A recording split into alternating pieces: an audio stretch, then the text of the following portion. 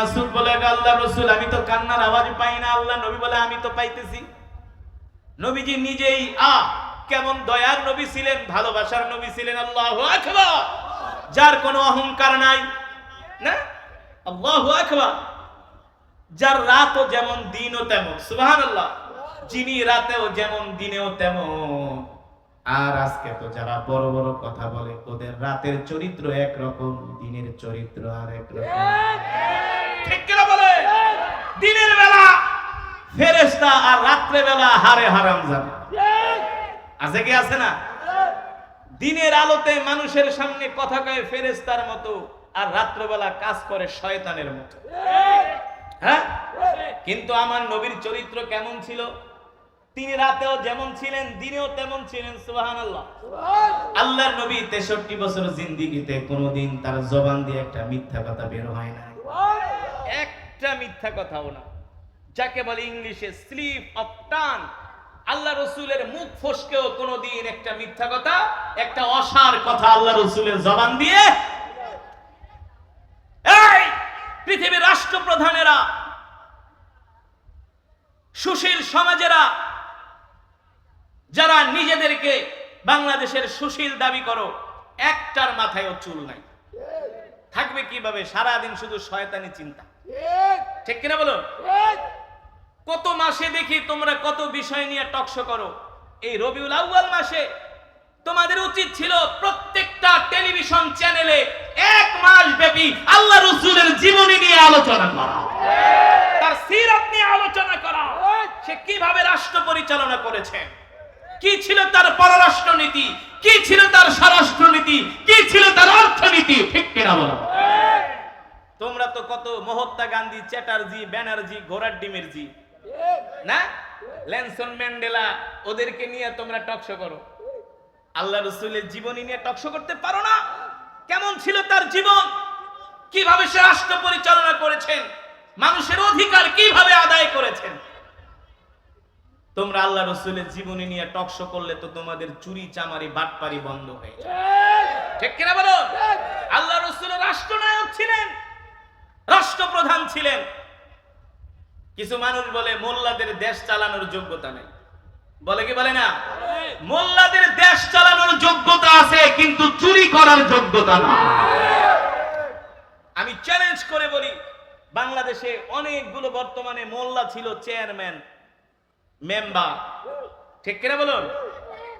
যেই এলাকায় মোল্লারা চেয়ারম্যান, সেই এলাকায় কয় কোনো দুর্নীতি নাই। মোল্লারা এই আধুনিক যুগেও পায়ের সাইকেল চালায় মানুষের বাড়িতে যায় যায় জনগণের ভাতা দিয়ে আসে। হ্যাঁ, পায়ে হেঁটে ভাতা দিয়ে আসে। একজন আলেম চেয়ারম্যান, তিনি নিজের হাতে ইউনিয়ন পরিষদের ওয়াল নিজেই নির্মাণ করছেন, নিজে রাজমিস্ত্রি, আশেপাশে তার লোকজন সব হইল যুগালি। এই হলো মোল্লাদের অবস্থা। মোল্লারা পৃথিবীতে রাষ্ট্র পরিচালনা করতে পারে না। দেখো না তোমার বাবা মোল্লারা, তালেবানরা কিভাবে তারা রাষ্ট্র পরিচালনা করছে। কই আমেরিকা গণায়ও ধরে না। এই কিছুদিন আগে তারা পাকিস্তানে আসছে, 2 জন মোল্লা আফগান থেকে আসছে। পাকিস্তানের জাতীয় সঙ্গীত বাজতেছে, সেটার ভিতরে বাজনা দেওয়া। কি দেওয়া? সবাই দাঁড়ায়া বাজনার তালে তালে জাতীয় সঙ্গীত গায়, আর মোল্লা 2 জন বসে আছে। কি এর গোড়ার ডিম? 2 জন কেন বসলো না? বলে এই বাজনা ছাজনা হারাম, এগুলো আমরা অ্যাকসেপ্ট করি না। ঠিক কিনা বলুন? পৃথিবীর পরাশক্তি আমেরিকা 20 বছরই মোল্লাদের মার খেয়েছে। পৃথিবীর পরাশক্তি রাশিয়া, সোভিয়েত ইউনিয়ন 15 বছর এই মোল্লাদের সাথে যুদ্ধ করছে, কিন্তু পারে নাই। ঠিক কিনা বলুন? হ্যাঁ, এখন সেই রাশিয়া যায় মোল্লাদের সাথে আঘাত করছে, চায় না। চীন বুঝছে যে মোল্লারা আসলে কি জিনিস। ঠিক কিনা বলুন? হ্যাঁ, মোল্লারাও যদি বাংলাদেশের এই আন্দোলনে যোগ না দিত, তাহলে এই আন্দোলন সফল হতো না। এই আন্দোলনের সূচনাই করেছিল মোল্লারা 2013 সালে। ঠিক কিনা বলুন? মোল্লা কারা? এই আন্দোলনের বীজ বপন করেছিল মোল্লারা। আমরা চাই আল্লাহর জমিনে আল্লাহর দিন কায়েম হোক, কোন মানুষ মানুষের উপর যাতে জুলুম না করে, অত্যাচার না করুক, রক্ষক যাতে ভক্ষক না হয়। কথা বলেন, কে বলতে পারবে মোল্লাদের 2 পয়সার দুর্নীতি? হ্যাঁ, কেউ বলতে পারবে না। সারা পৃথিবীতে আফগানের মোল্লাদেরকে কোণঠাসা করে রাখার ষড়যন্ত্র হয়েছে। আল্লাহ তাআলার কি কৌশল, তোমরা মোল্লাদেরকে কোণঠাসা করতে যায়, এখন তোমরাই কোণঠাসা হয়ে গেছে। মোল্লারা দিন দিন তাদের অর্থনীতি আরো আগের চেয়ে সমৃদ্ধ হচ্ছে, তাদের অর্থ ভান্ডার সমৃদ্ধ হচ্ছে, তাদের মুদ্রার মান বেড়ে যাচ্ছে, মূল্যস্ফীতি কমে যাচ্ছে। এবারের হজে আমি হারাম থেকে বের হয়েছি, হোটেলে আসব, একজন আফগান তালেবান দৌড়ে আসছে, আইসা আমাকে সালাম দিয়া বলে আইনাল বিলাদ। আমি বলি আনা বাংলাদেশি। আমার দিকে তাকায় বলে আন্তা কারি। আমি বলি নাম। তুমি কিভাবে চিনো? মোবাইলটা বের করে আমার একটা তেলাওয়াত দেখেছে, এই যে দেখো, এটা কি তুমি? আমি বলি হ্যাঁ। আইনাল বিলাদ, বলে আনা আফগানি। আফগানিস্তান আমার বাড়ি। কোথায়? কয় হেলমান্দ। হেলমান্দ প্রদেশে তার বাড়ি। যেমন ইংলিশ তেমন আরবি। একেবারে হারাম থেকে আজিজিয়া পর্যন্ত প্রায় 3 কিলোমিটার রাস্তা, কথা বলতে বলতে চলে গেছি, চোখের পলকে 3 কিলোমিটার রাস্তা পার হয়ে গেছে। জিজ্ঞেস করলাম তুমি কি মুজাহিদ?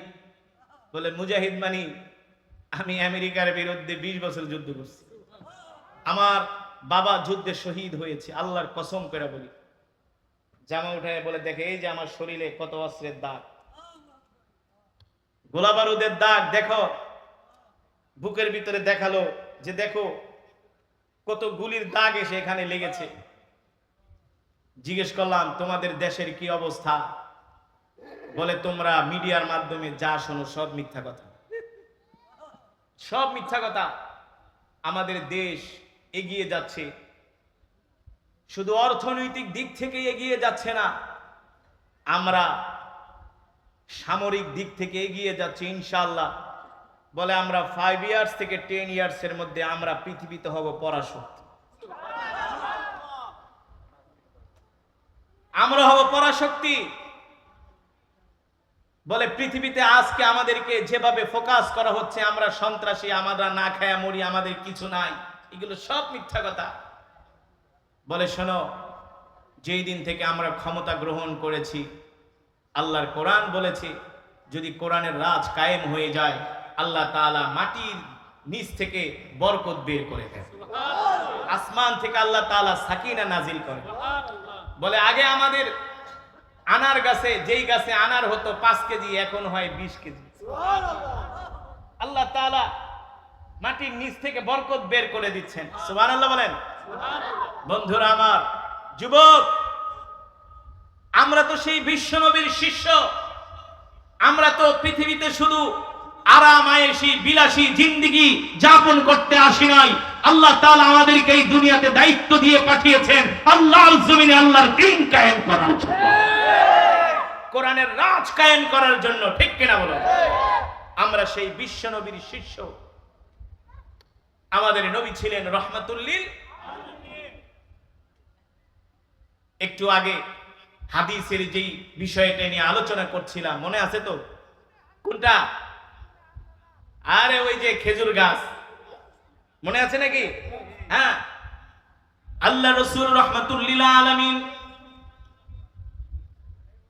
তিনি ছোট বাচ্চার মতো আবেগ প্রবণ হয়ে তিনি মসজিদ থেকে বের হয়ে গেলেন। কোত্থেকে কান্নার আওয়াজ আসে। আল্লাহ রাসূল এগিয়ে যায়, কান্নার আওয়াজ বেড়ে যায়। আল্লাহ রাসূল এগিয়ে যায়, কান্নার আওয়াজ বেড়ে যায়। আল্লাহ রাসূলের আর বুঝতে বাকি রইল না, ওই খেজুর গাছ ছোট বাচ্চার মতো ঢুকরে ঢুকরে কান্না করতেছে। আল্লাহু আকবার। রাহমাতুল লিল আলামিন খেজুর গাছের গায়ে হাত দিয়া বলে, এ খেজুর গাছ কাঁদো কেন? বলে কাঁদবো নাকি হাসবো? এতদিন আপনি আমার সাথে হেলান দিয়া কোরআনের কথা বলছেন, আপনার বরকতি শরীর মোবারক আমার গায়ে লেগেছে, আমি ধন্য হয়ে গেছি। আজকে থেকে তো আপনি আর আমার সাথে হেলান দিবেন না, আপনি মেম্বারে বসে বয়ান করবেন, আপনার বরকতি শরীর মুবারক আমার গায়ে লাগবে না। এই যন্ত্রণা, এই কষ্ট, এই বিয়োগ বেদনা আমি সহ্য করতে পারি না। আল্লাহু আকবার। এই কথা বলে খেজুর গাছ আরো কান্না বাড়িয়ে দিল। আল্লাহ নবী ডাক দিয়া বলে, শোনো খেজুর গাছ, কান্না করো না, আমি যেদিন জান্নাতে যাব সাথে করে তোমাকেও নিয়ে যাব। শুধু তোমাকেই নিব না, তুমি জান্নাতে যে তোমার থেকে খেজুর দিবা আর আমি সেই খেজুর জান্নাতে খাবো। আরো জোরে বলুন সুবহানাল্লাহ। আমার নবী ছিলেন রহমত, আমার নবী ছিলেন বরকত, ঠিক কিনা বলুন? হযরত আমিনার গর্ভে যখন আল্লাহ রাসূল আসলেন, জিবরাইল তো সান্ত্বনা দিয়া চলে গেছে। এবার তো হযরত আমিনা বুঝতে পেরেছে তার গর্ভে দুনিয়ার কোন সাধারণ সন্তান নয়, যিনি হবেন নবী, কুল কায়নাতের নবী। হযরত আমিনা আত্মীয় স্বজনের বাড়িতে যায়, আত্মীয় স্বজন আসে, দাওয়াত দিয়া নিয়ে যায়। হযরত আমিনা যেই দিকে যায় সেই দিক থেকে তার শরীর থেকে জান্নাতের খুশবুর ঘ্রাণ বের হয়। যেই রাস্তা দিয়ে যায় ওই রাস্তায় এসে মানুষ সিরিয়াল ধরে দাঁড়ায় থাকে খুশবুর ঘ্রাণ নেওয়ার জন্য। সুবহানাল্লাহ। কে গেল রে, কে গেল রে? আমিনা গেল, আমিনা গেল এই রাস্তা দিয়া। যেখানে আমিনা সেখানে ঘ্রাণ। সুবহানাল্লাহ। হযরত আমিনা রাস্তায় বের হয়, গাছগুলো আমিনাকে সালাম দেয়, আসসালামু আলাইকি ইয়া আমিনা। আমিনাকে গাছ সালাম দেয়। আমিনা ডাক দিয়া বলে, গাছ সালাম দাও, কারণ কি? বলে, কেন সালাম দিব না? আপনি কি জানেন আপনার গর্ভে কে আছে? আপনার গর্ভে শুধু মানুষের নবী না, তিনি আমাদেরও নবী। আপনি হলেন সেই নবীর সম্মানিতা মা। আপনাকে সালাম দিব না তো দিব কাকে? আর জোরে বলেন সুবহানাল্লাহ। আল্লাহ রাসূলের সম্মানে শুধু গাছ সালাম দেয় না, পাথর পর্যন্ত সালাম দেয়। আল্লাহু আকবার। হযরত আমিনা যেদিকে যায় সেদিকে ঘ্রাণ আর ঘ্রাণ। এই গাছ বলে নবীর মা আসতেছে, পাথর বলে নবীর মা আসতেছে। আল্লাহু আকবার। এবার মক্কার কিছু দুষ্ট মহিলারা আমিনার বিরুদ্ধে লেগে গেল। আমিনা যেখানেই যায় সেখানেই ঘ্রাণ। আমিনা এত দামি দামি খুশবু কোথায় পায়? আমিনার তো স্বামী নাই। আছে না কিছু দুষ্ট মহিলা? দুষ্ট মহিলারা আব্দুল মুত্তালিবের স্ত্রীর কাছে যায় বিচার দেয়, তোমার ছেলের বউ বিধবা, কিন্তু দামি দামি খুশবু কোথায় পায়? ছেলে তো মারা গেছে, এত দামি দামি খুশবু কোথায় পায়?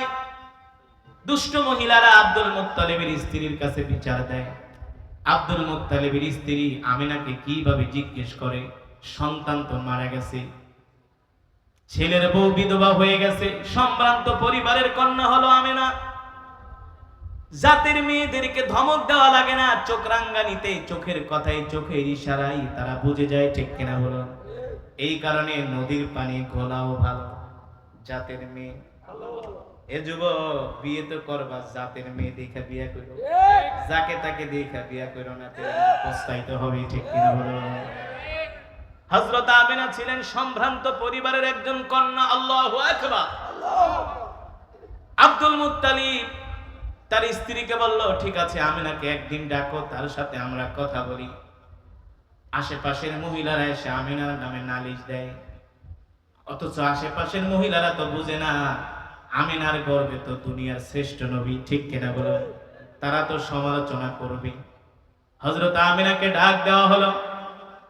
আব্দুল মুত্তালিবের স্ত্রী ডাক দিয়ে বলে, মা, তোমাকে একটা কথা বলবো, তুমি রাগ করবা না, কষ্ট পাবা না। আমিনা ডাক দিয়া বলে, উম্মি বলুন, কি বলবেন? আমিনা গো, শোনো মা, তুমি তো বিধবা, আমাদের সন্তান তো মারা গেছে, কিভাবে তোমাকে কথাটা বলি রে আমিনা। আমিনা গো, তুমি দামি দামি খুশবু কোথায় পাও? তুমি যেখানেই যাও, রাস্তায় বের হলে, ঘরে থাকলেও শুধু খুশবুর ঘ্রাণ বের হয়। হযরত আমিনা ডাক দিয়ে বলে, আম্মা জান, কে বলেছে? বলে, আশেপাশের মহিলারা এসে বিচার দিছে। শুধু মহিলারা না, আমি নিজেও তোমার থেকে ঘ্রাণ পাই। তুমি রান্নাঘরে গেলে ঘ্রাণ পাই, গোসলখানায়ও ঘ্রাণ পাই, তোমার পাশে পিছনে পিছনে আমি যেখানে যাই সেখান থেকেই ঘ্রাণ পাই। হযরত আমিনা ডাক দিয়া বলে, আম্মা জান, আমি একজন বিধবা মেয়ে, আমার স্বামী নাই, কে আমাকে খুঁজবো এনে দিবে? কোত্থেকে আমি দামি দামি খুঁজবো পাবো? তবে শোনেন গো আম্মা জান, যেই দিন থেকে আমার গর্ভে আমার সন্তান মুহাম্মদ আসছে, সুবহানাল্লাহ, মুহাম্মদ নাম শুনে আব্দুল মুত্তালিবের স্ত্রী অবাক হয়ে গেছে। তোমার সন্তান যিনি গর্ভে তার নাম মুহাম্মদ, এমন নাম তো শুনি নাই, এই নাম তুমি কোথায় পাইলা? সুবহানাল্লাহ। আমিনা ডাক দিয়া বলে, আম্মা জান, আমার গর্ভে যে সন্তান, এই সন্তানের নাম দুনিয়ার কোন মানুষ রাখবে সেটা শোভা পায় না। আমার সন্তানের নাম আসমানের মালিক, জমিনের মালিক আল্লাহ রাব্বুল আলামিন রেখে দিয়েছে। আল্লাহু আকবার। আমার সন্তানের নাম হলো মুহাম্মদ। আমার সন্তানের নাম, জোরে বলুন, মুহাম্মদ। আল্লাহ তাআলা জিবরাইলের মাধ্যমে আমাকে জানিয়ে দিয়েছেন, সুবহানাল্লাহ। আম্মা জান শোনেন, শোনেন, যেই দিন থেকে মুহাম্মদ আমার গর্ভে এসেছে সেই দিন থেকে আমার শরীর থেকে জান্নাতের ঘেরান বের হয়, খুশবুর ঘেরান বের হয়। আল্লাহু আকবার। কেনই বা বের হবে না? হযরত আমিনার গর্ভে হলেন রাহমাতুল লিল আলামিন। আল্লাহু আকবার। মুসলমান সেই নবীর উম্মত আমরা খুশি নাকি বেজার? জোরে বলুন। শুধু খুশি হলেই চলবে না, সেই নবীর আদর্শ গ্রহণ করতে হবে, সেই নবীর চরিত্র গ্রহণ করতে হবে, ঠিক কিনা বলেন? সেই নবীর সুন্নাহ অনুযায়ী আমাদেরকে চলতে হবে। আজকে সেই রাসূলের সুন্নাত আমাদের মাঝে নাই, সেই নবীর আখলাক চরিত্র আমাদের মাঝে নাই। অথচ আল্লাহর নবী কি বলছেন? মান আহাব্বা সুন্নতি ফাকাদ আহাব্বানি ওয়া মান আহাব্বানি কানা মাই ফিল জান্নাহ। উম্মত, তোমরা যদি আমার সুন্নতকে ভালোবাসো, আমার সুন্নতকে জিন্দা করো, আমার একটা আদনা থেকে আদনা সুন্নতকে যদি তোমরা দুনিয়ার জমিনে প্রতিষ্ঠিত করো, আমি নবী তোমাদেরকে সাথে নিয়ে আল্লাহর জান্নাতে প্রবেশ করব। অথচ রাসূলের সুন্নত আমাদের মাঝে নাই। আজকে যুবকদের মাঝে রাসূলের সুন্নত নাই, ঠিক কিনা বলেন? যুবকরা চুল কাটার জন্য সেলুনে যায়, কোথায় যায়? যায়া বলে না, সেলুনের ভাই আমার চুলটা আমার নবীর স্টাইলে কেটে দাও, বলে? ও সেলুনের ভাই, আমার চুলটা আমার নবীর সুন্নত তরিকায় কেটে দাও, ঠিক কিনা বলেন? সেলুনে যাই প্রথম, সেলুনে যাই প্রথম মেসির চেহারা দেখায়। কার চেহারা? যে মেসি হলো একজন ইহুদি, বিয়ে ছাড়া 4টা সন্তান জন্ম দিছে, ঠিক কিনা বলেন? যে নেইমারের চেহারা দেখায়, রোনাল্ডোর চেহারা দেখায়, ঠিক কিনা বলেন? শাহরুখ খানের চেহারা দেখায়, যে শাহরুখ হলো মুসলমান, ওর স্ত্রী হলো হিন্দু, ওদের গর্ভে যারা জন্ম নিছে সব হলো পাস্টার। ওদের কাজকে আমরা অনুসরণ করি, অনুকরণ করি। অথচ আমাদের উচিত ছিল আল্লাহ রাসূলকে অনুসরণ করা, ঠিক কিনা বলেন? এই কারণে আজ থেকে আমরা জীবনে যতদিন বাঁচবো আল্লাহ রাসূলের সুন্নত অনুযায়ী বাঁচবো। আল্লাহ রাসূলের সুন্নতকে আমরা প্রতিষ্ঠিত করব, আল্লাহ রাসূলের সুন্নতকে আমরা জিন্দা করব। রাজি আছেন ইনশাআল্লাহ? আল্লাহ তাআলা আমাদের সকলকে এই রবিউল আউয়াল মাসে আমরা যে আলোচনা শুনলাম রাসূলের মহব্বতে, আল্লাহ রাসূলের